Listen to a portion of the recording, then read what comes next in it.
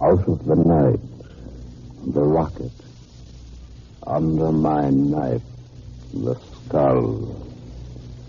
2000 plus.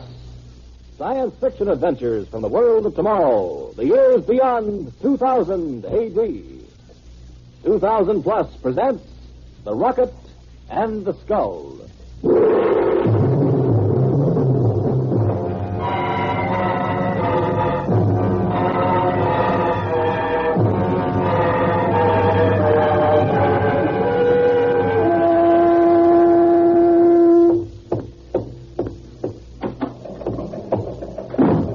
Lieutenant, have you heard from Colonel Bradbury yet? No, sir. I've been trying to for 10 minutes. We'll try again. Yes, sir.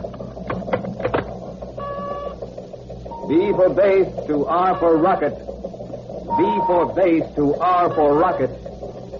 Come in, R for rocket. Every time Bradbury's more than 5 minutes late, I get the jitters.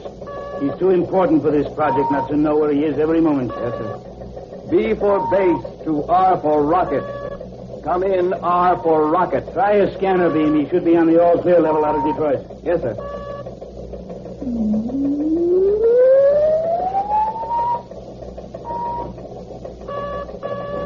B for base to R for rocket. Come in, R for rocket. We can't afford to have anything happen to him. The first experiment is being conducted tomorrow morning. Bradbury's the only man who knows every step of the routine. B for base to R for rocket. Come in, R for rocket. You're not getting him. Cut the scanner and return to standard beam. Yes, sir. Come in, R for rocket. He should have left an hour earlier, and he could have taken a scheduled flight. But no, he has to work up to the last minute and then fly his own plane to get here in time. B for base to R for rocket. R for rocket. B for base. This is R for rocket. Oh, there he is, sir. Beam contact at 14 over 6. He's about 80 miles out of Detroit. Give me that mic. Brad, this is General Hilton. Are you receiving me? Go ahead, General. What happened? We couldn't contact you. Had some trouble with my stabilizer. Thought I might have to land. But it's okay now. Are you sure? We can't have anything happen to you. Don't worry, sir. The first experiment is being conducted tomorrow morning. Everything is ready for you. Good. The entire general staff will be there. Maybe the president himself. Is there anything you want me to have done before you come in? Brad, anything you want done?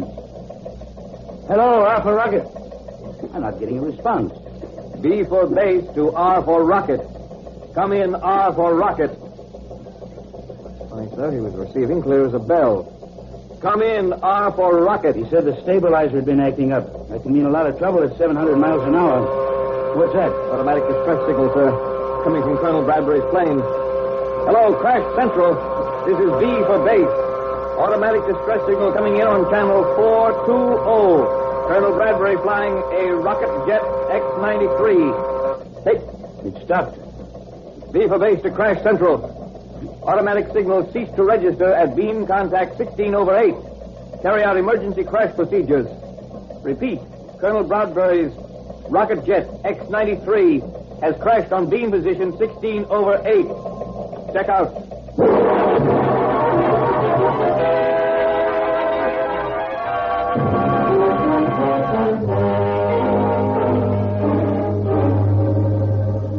I'm glad you were able to get here, General. We're going to operate very shortly. Doctor, it's a miracle he's alive. It will be more of a miracle if he's alive 1 hour from now. You've got to save him. He's an important man. Yes, the White House called, and so did the Pentagon. We know Colonel Bradbury's important, but a shattered skull is very difficult. I know you'll do all you can.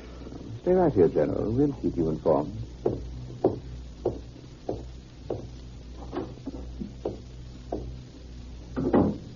Well, it's out of our hands. I have a report from Crash Central, sir. Well?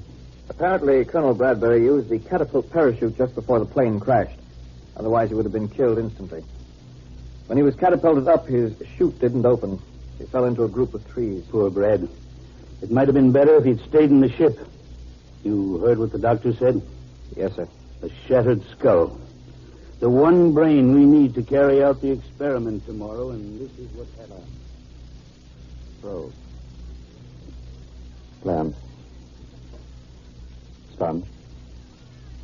Scalpel. Not my brown nurse. Clamps. Systolic, 80 over 40. Patient's thinking, sir. More oxygen. Yes, Doctor. Patient responding, sir. Good. Scalpel. Sponge. Lamp. Scalpel. I'm completely out, Lieutenant. Have you a cigarette? Yes, sir. Here you are. Thanks. Oh, this waiting. Waiting. It's been more than an hour. Brain surgery is very delicate, sir. May take another hour, or even more. You carried out my orders to postpone the experiment? Yes, sir, until further notice. If Brad doesn't live, we'll have to start another man all over. May set the project back a year, and the year could be dangerous. Oh, you look surprised, Lieutenant. You don't know what this experiment's all about, do you? Well, I see the code name for it on the paper, sir, but it never has a description. After all, it's marked top secret. Maybe it's about time you were told. With Brad upstairs hanging on to life by a thread, I'm going to need a bright young man to give me some important assistance. You've come through with pretty good colors these last many hours. Thank you, sir. Well, we'll talk more about it in a little while. Right now, I'm going to stretch out and try to rest. I'm about done in. If I hear anything, I'll awaken you, sir. I don't expect I'll sleep. Not with the fate of the world depending on a surgeon's knife upstairs in the operating room. Sponge. Lamp. Adjust the light, miss. Scalpel. Probe. Yes, quite a bone fragment. Sponge. Lamps. Systolic, 70 over 40. Oxygen again. It's pure oxygen now, sir. Nurse. Prepare for transfusion. 60 over 40. Patient thinking, sir. That's right, nurse. Go ahead, Dr. Bowen. Hurry. Condition same, Doctor. He's getting the transfusion. Let me help you, Dr. Bowen. There. Well? Systolic, 80 over 40. Good. He's responding. All right. Scalpel. Probe. Lamp. Too nervous even to rest. How long has it been? Almost 2 hours, sir. 2 hours. Just about now, the general staff would be arriving, and Brad would be checking everything for the experiment in the morning. Lieutenant, have you any guess about that experiment, about what it is? Well, my guess is it's about a new kind of aircraft. Why do you say that? Well, just because it's an Air Force project. Well, I wouldn't say you were warm, but you aren't cold either. The experiment and the reason it's so important concerns a rocket to the moon. A rocket to the moon? But why, sir? Why send one there? Who controls the moon controls the world. If we had rockets on the moon, we could compel peace on Earth. The United Nations would press a button and wipe any aggressor off the face of the Earth. That means space travel. You don't mean that we... No, Lieutenant, we haven't found the way to send rocket ships with human beings through space, not yet anyway. But the rocket we're experimenting with is a two-way rocket. It can land on the moon and return from the moon, all electronically controlled from the Earth. Sounds fantastic, sir. Oh, it's quite feasible, I assure you. But we have reason to believe that we're not the only nation thinking of this. Time is of the essence. Colonel Bradbury knows more about operating these rockets than any man alive. And just on the verge of the experiment, this has to happen. Shh. Quiet. General Hilton. Yes? Dr. Riggio asked me to take a message down to you from the operating room. Brad. He's dead, isn't he? No, General. He's still hanging on. Dr. Riggio says that he now has a 30% chance of surviving. Thank God. Part of Colonel Bradbury's skull has been fragmented. A head plate will have to be put on. Because of the size of the area, a new metal alloy plate will be used. It'll take at least 5 or 6 more hours. Dr. Riggio suggests you go home, General, where you'll be more comfortable. The hospital will phone you if anything happens.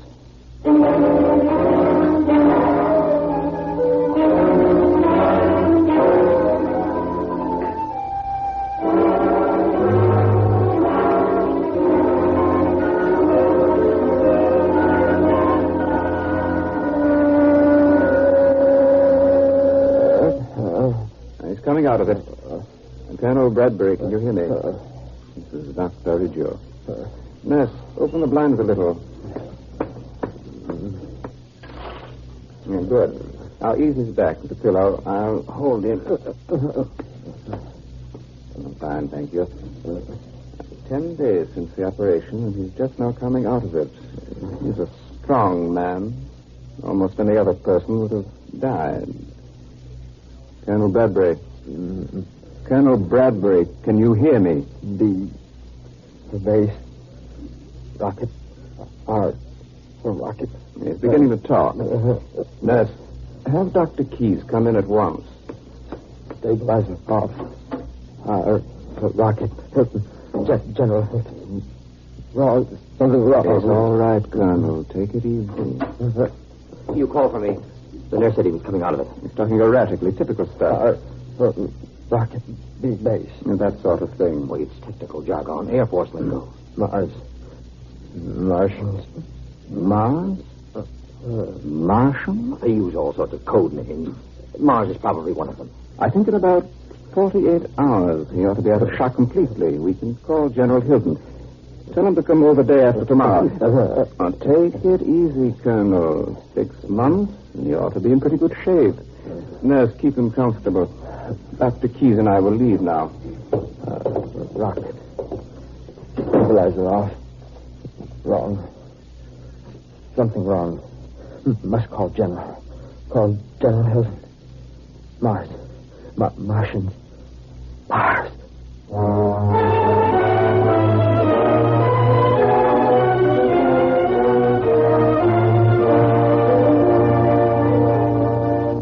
Now read that back to me, please. Memorandum to General Staff.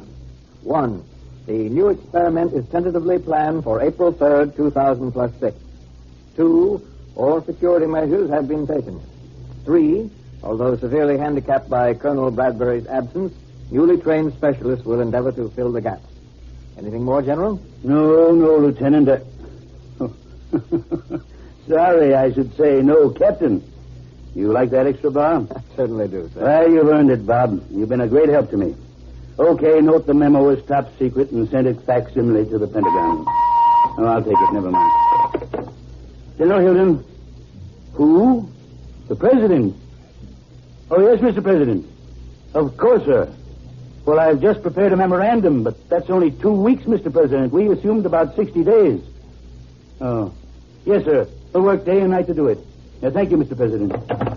Captain, change the date in the first paragraph of the memo. The new experiment is to take place in 2 weeks. General, that's almost impossible. I know it, and you know it. But there's one man who doesn't know it, and he says it's got to be done. I'm not disposed to argue with the President of the United States.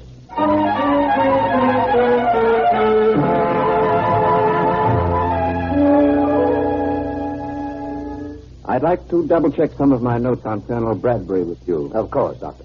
Well, this afternoon, the General's coming to see him. But Colonel Bradbury needs months of convalescence. And he's not too lucid. Now, that's the point. He's not too lucid, but weak as he is, he talks normally for a while, makes sense, and then that strange reaction sets in. I've observed it myself 3 times. Well, head injury cases are quite unpredictable. Perhaps, but according to my notes, Colonel Bradbury's strange reaction has taken place always either at 10 a.m. or 5 p.m. Of the 3 instances I've observed, 2 have been at 10, 1 at 5. Well, that is unusual. And in each instance, well, I can see him now in my mind's eye. He's sitting or lying in bed, talking quite sensibly, although in a weak voice. Suddenly he becomes tense. He grimaces as if his head were in pain. He even clutches the bedclothes with tight fists. He appears to be rigid. Then, after a few minutes, invariably comes a flood of disjointed, disconnected sentences about messages, emergency, crisis, fate of the world, and Mars. Our General Hilton is going to visit the Colonel this afternoon at about 5 o'clock. And you expect the Colonel to have another strange reaction? I don't know. Well, surely General Hilton realizes that a man who's had severe surgery I can't tell what the General will realize, but my fear is that he may feel the Colonel is not improving as well as he might, and he may call in other doctors. But we're doing everything humanly possible. That is the irony of the situation. I could have killed the Colonel in surgery. It would have been very easy. But where important government officials are concerned, I get worried. If we ever were investigated carefully, they might find out who you and I really are. And that would be dangerous. Very dangerous indeed.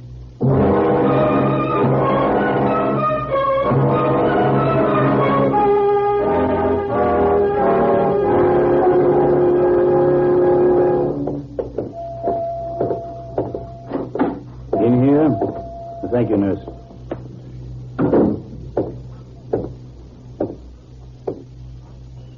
Hello, Brad.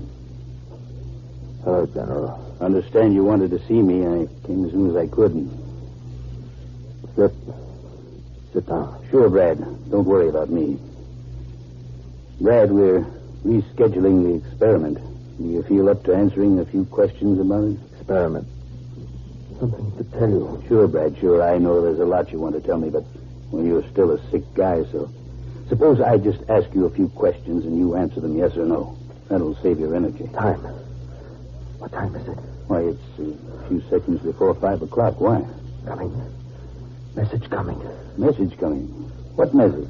Trying to tell you. Couldn't tell anyone else. Mars. Martians. Mars? Martians? Trying to tell me what? Brad, for heaven's sake, what's the matter, Brad? Nurse! Doctor! Something's happening to Colonel Bradbury. Hurry! Hurry!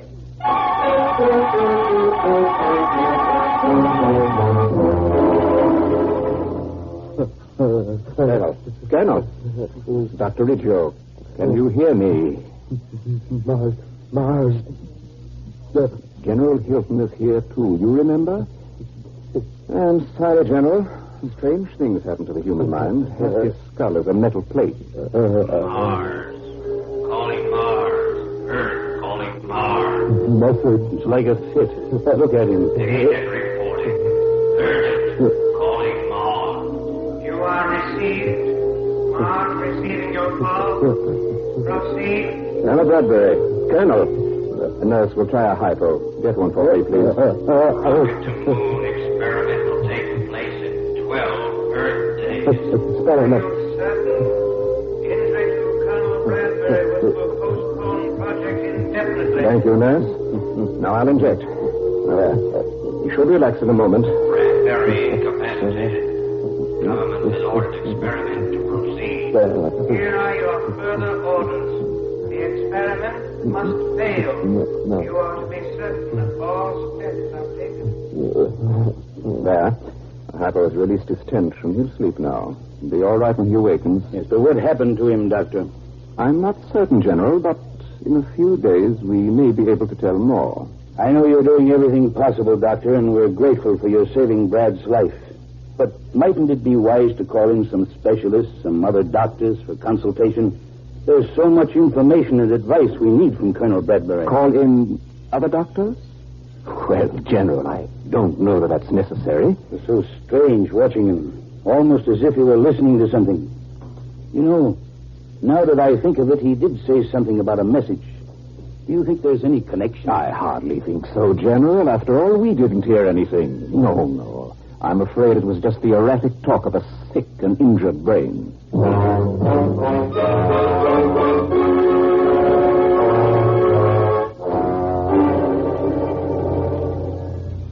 General, you really went through an experience watching the colonel like that. Captain, he was almost in a fit. Had some crazy idea he was getting messages. Messages? Just hallucinations. He was off his rocker for a while. I'm afraid I was a little brusque with Dr. Riggio. He's a fine man, but I'd feel better if some other medicos looked at Brad, too. Arrange for some specialist from Army Medical to examine him, will you, Captain? Yes, sir. I'll do it promptly. And one thing more. On the experiment file, you'll find it. General Hilton's office. One moment, please. For you, sir. Pentagon, Intelligence Section. Intelligence? Well. Hello, General Hilton. Yes? Yes? Are you certain?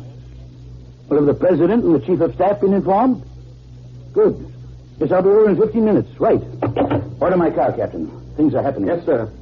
General Hilton's car, stand by at west entrance. What thing, sir? Intelligence reports that the Eastern Alliance is definitely planning a moon rocket for blastoff in 6 days. You know what that means if they get there before the United Nations. 6 days, and we won't be ready for 14 days. We really wanted 3 months. That's right. But how? Somehow they must have found out about our experiment and have agents that feed for some of our vital data.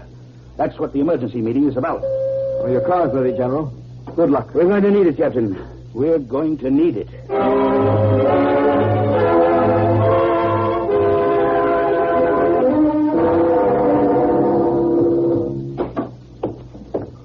Keyes. Dr. Keyes. Have you heard? What is it? Some other doctors are examining Colonel Bradbury. Yes, I just met them. What? Of course, I gave them permission. I had no choice. General Hilton requested it yesterday. Who are they? That's just it. Army medical. Army. How you can be so cold and calculating in surgery and so nervous now, I cannot understand. Your record here is flawless. Your operation on Bradbury is superb. No suspicion will attach to you or to me. If we conduct ourselves in a normal and professional manner, what is the risk? But they are the Army. Now, that means an intelligence section. They have routines about these things. We have no choice but to keep up appearances. I know. But if they ever find out that we are the agents of the Eastern Alliance, that we have masterminded the theft of certain moon rocket data, they will be ruthless, Dr. Keyes. Ruthless.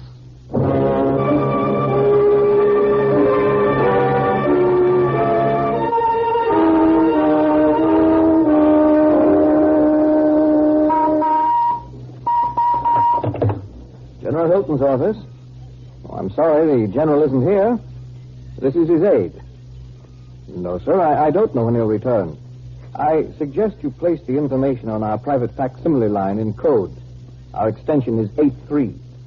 I'll then give the papers to the general when he arrives. Yes, sir, I'll turn the facsimile line on now, sir. We can receive it at once. Thank you.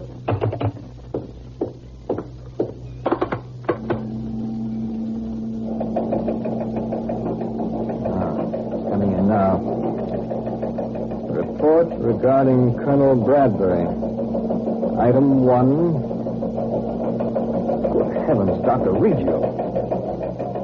Item 2. A metal plate surgically applied to Colonel Bradbury's skull.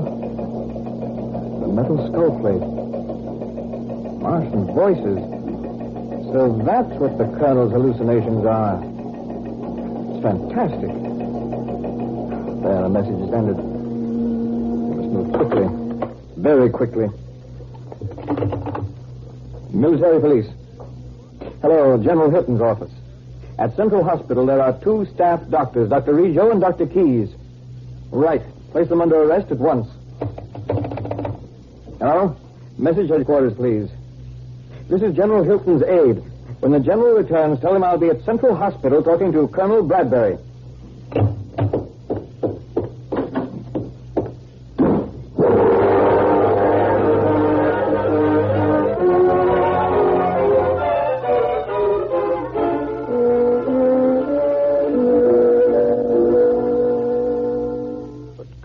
I'm the general's aide. You can describe the voices to me. Now, what happened? My whole head vibrates. Very painful. Then I hear voices. What do they say? They're talking to Mars. Martians. Well, apparently the metal plate on your head somehow picks up certain high-frequency radio waves. At least that's the theory of the Army medical examiners. But the Martians, they want to stop the moon rocket. Enemies from another world. No, Colonel, you can't really believe that. You must have misunderstood. The real enemies are the Eastern Alliance, but their agents have been caught.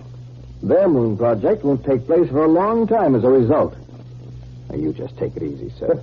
The Army is going to track down that wavelength that bothers your head. Then you'll recuperate peacefully. But, Captain, it's true. Excuse me, sir. It's almost 5 o'clock. I've got to be going, sir. Just take it easy, please.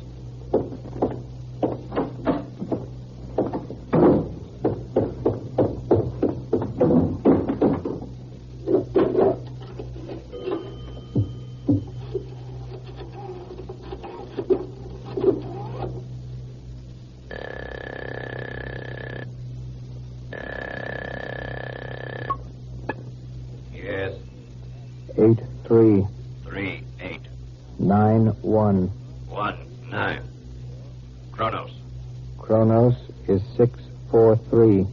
Your code is correct. Go ahead. Do not send the message to Mars on the regular wavelength at 5 o'clock. Hereafter, use the alternate wavelength.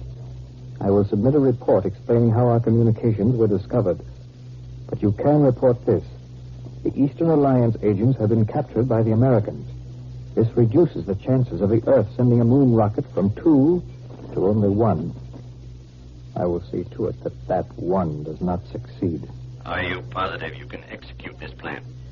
Without question. Go on.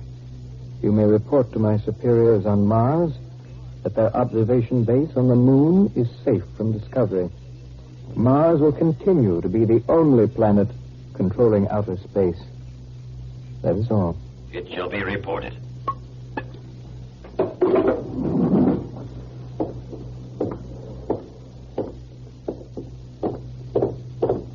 Captain, I just read that facsimile message in my office. Came as quickly as I could. Now, what on earth is happening?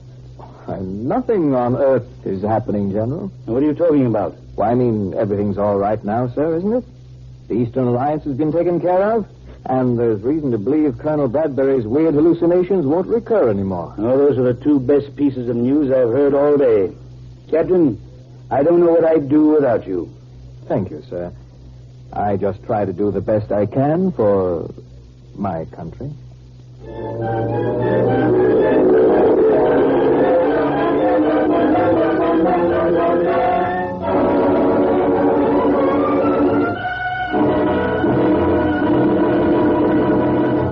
Next week, another exciting adventure from the world of tomorrow, from the years beyond 2000 A.D. Be sure to listen. 2000 Plus is produced by Dreyer and Renolson Productions Incorporated. In today's cast, Arnold Robertson portrayed General Hilton, Bill Griffiths was the lieutenant, Gregory Morton was Dr. Riggio, Nat Poland was Colonel Bradbury, and Merle Jones was Dr. Keyes.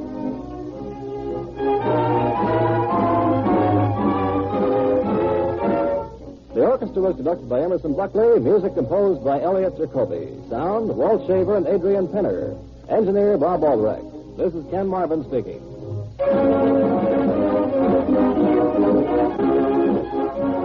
teacher was transcribed.